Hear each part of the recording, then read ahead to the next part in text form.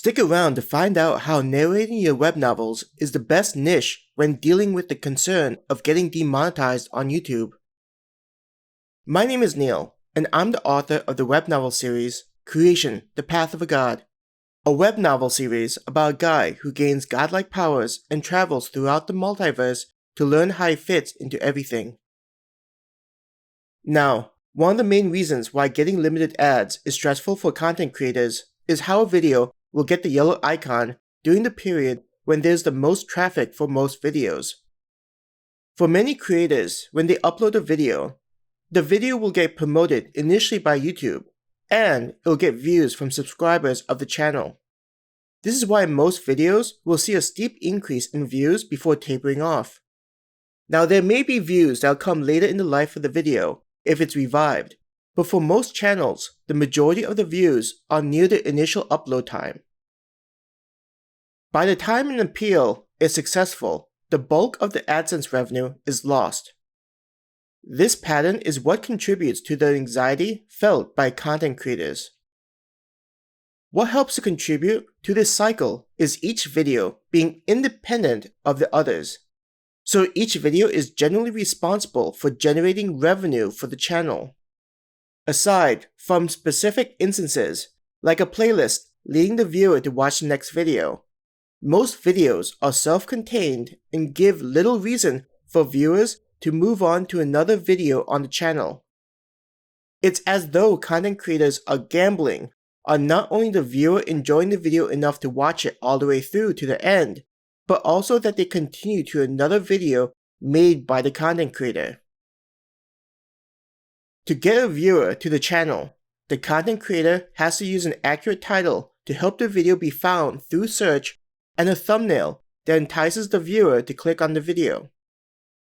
The act of saying the video counts as impressions, while the click on the video contributes to the click-through rate, or CTR, of the video. As the viewer watches the video, this then makes up the video's average view duration, also known as audience retention. This finally flows to the accumulated watch time of the video. There may be other strategies involved with growing a channel. Still, the foundation of the various strategies lay in impressions, CTR, average view duration, and accumulated watch time. If all of these metrics perform well, then YouTube's algorithms will promote the video. As YouTube's algorithms promote the video to an approximately 2 billion active monthly users, the ability for the video to maintain the high metrics that were previously mentioned will die down. This is the natural life cycle of most videos. It's then up to the content creator to create an extensive enough library of content to keep the interest of the viewer drawn in by the first video. But as mentioned before, since each video is generally self-contained, the viewer doesn't have a compelling reason to move on to another video. This is clearly seen with a content creator having a large number of older videos that aren't seen as much as they would be years ago. Channels that have this issue the most are trending, time-dependent videos, where the video is relevant for that period, like societal events such as the release of a long-awaited movie. Now, you may be wondering what this has to do with web novels and why web novels are best equipped to deal with limited ads. First, we need to look at what is a web novel. A web novel is a story that's published on websites and often written by writers with limited experience. While there may be web novel authors that compete with traditional authors, for the most part, web novel authors are people starting out on the writing journey to eventually become a traditional or self-published author. This is due to the limited number of places where a web novel author can generate a full-time income from their work. But a web novel is still a story with chapters that guide the reader through the plot towards an inevitable conclusion, at least in theory. Each book is self-contained, having a beginning and an end, even if it's part of a series. The key is the chapters, especially when relating it to why it's perfect for YouTube. Each chapter guides the fan of the story to the next chapter. To find out what happens in the story, the fan must consume the next chapter. There is a strong, compelling reason for the fan to continue to the next part of the story. If we were to think of each chapter as a video, I hope this starts to give you an idea of why web novels are great for YouTube. Let's also look at the elements of a successful strategy on YouTube, the main ones at least. Impressions, click-through rate, audience retention, accumulated watch time. Relating it to chapters of a web novel, each chapter is turned into a video, or multiple videos. Each video will need to be given a searchable title. The video will then need a thumbnail to grab the attention of the viewer, giving them a glimpse of what the video is about.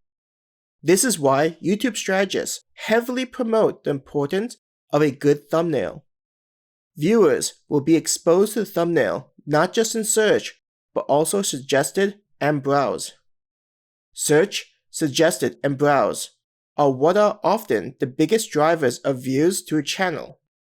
Suggested and browse are especially crucial since it's what's often thought of what contributes to a video getting boosted by the YouTube algorithms. But remember, unlike the typical YouTube video, which is usually independent of the other videos on the channel, though fitting some kind of niche, chapters are connected to one another. Nearly all readers start a book from the first chapter. Though a viewer may click on a video that's part of an overarching story, if they're curious enough, they'll move to the first chapter in the book. This is key. If a viewer that runs across a chapter, whether on search, browse, or suggested, they will naturally head towards the first chapter. Then it doesn't matter as much if the title of the video is entirely relevant to the chapter. Even if it's the most clickbait title, the viewer will often make two main choices. 1. I clicked on the video and don't like it, never coming back. Or 2. I'm curious and want to check this out. If the viewer doesn't like the video and leaves, then there's not much you can do. In the future, if the same viewer stumbles upon your video again, they may give it a second chance, but it's not something that should be counted on. Now, the exciting part comes with the curious viewer. This curiosity will then create another two choices. 1. I don't like this, and leave the channel. Or 2. I like the story.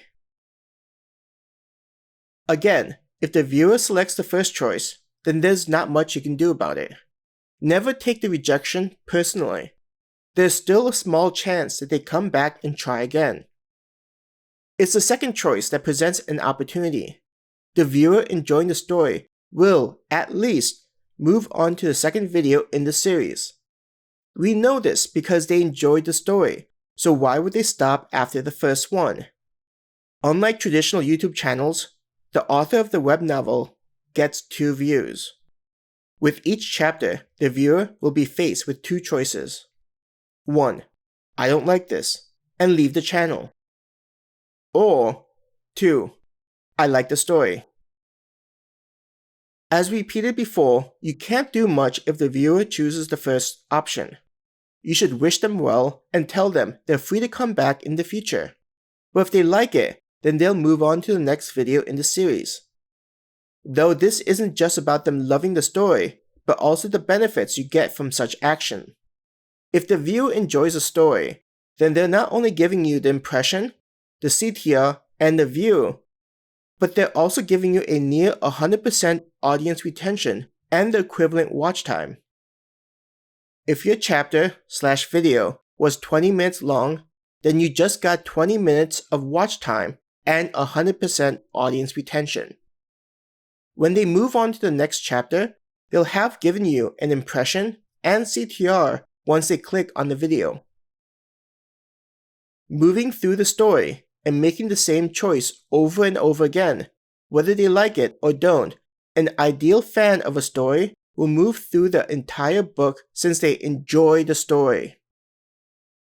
Now, imagine if your channel is monetized and combine what we've talked about so far.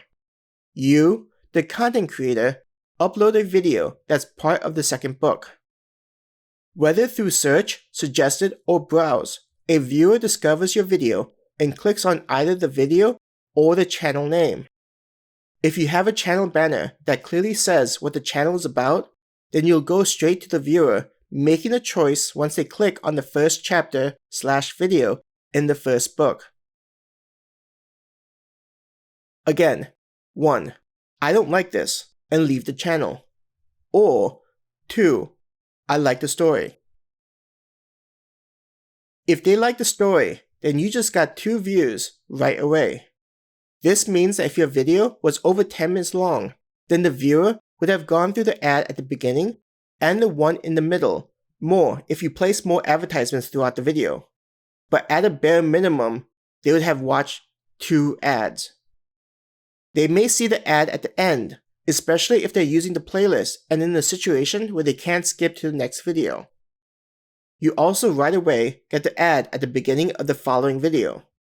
As long as the viewer didn't jump to the next ad in the playlist, they'll have gone through 4 ads. The pattern for the first-time viewer who enjoys a story looks like this.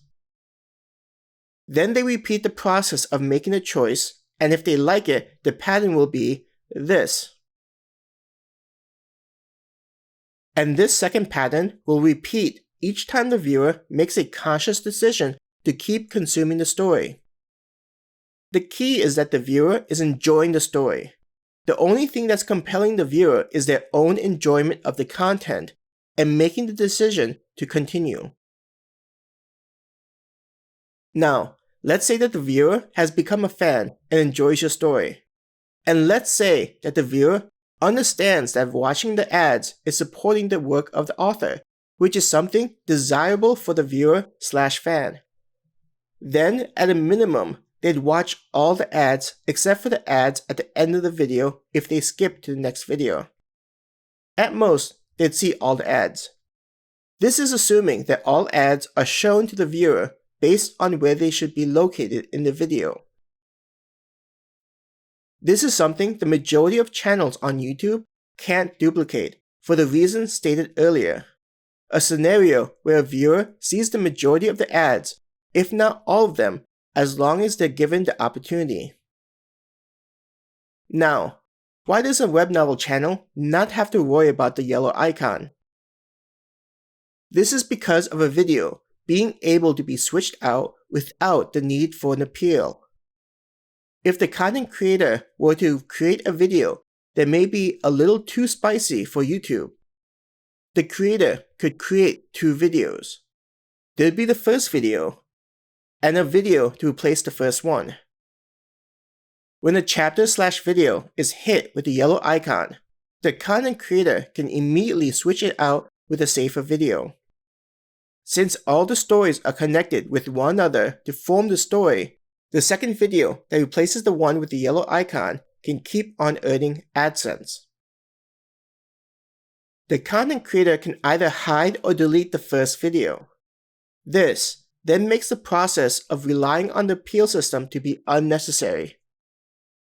Though there may still be a loss of revenue from viewers that watch the video before it could be switched out to the more ad-friendly video, the damage is mitigated.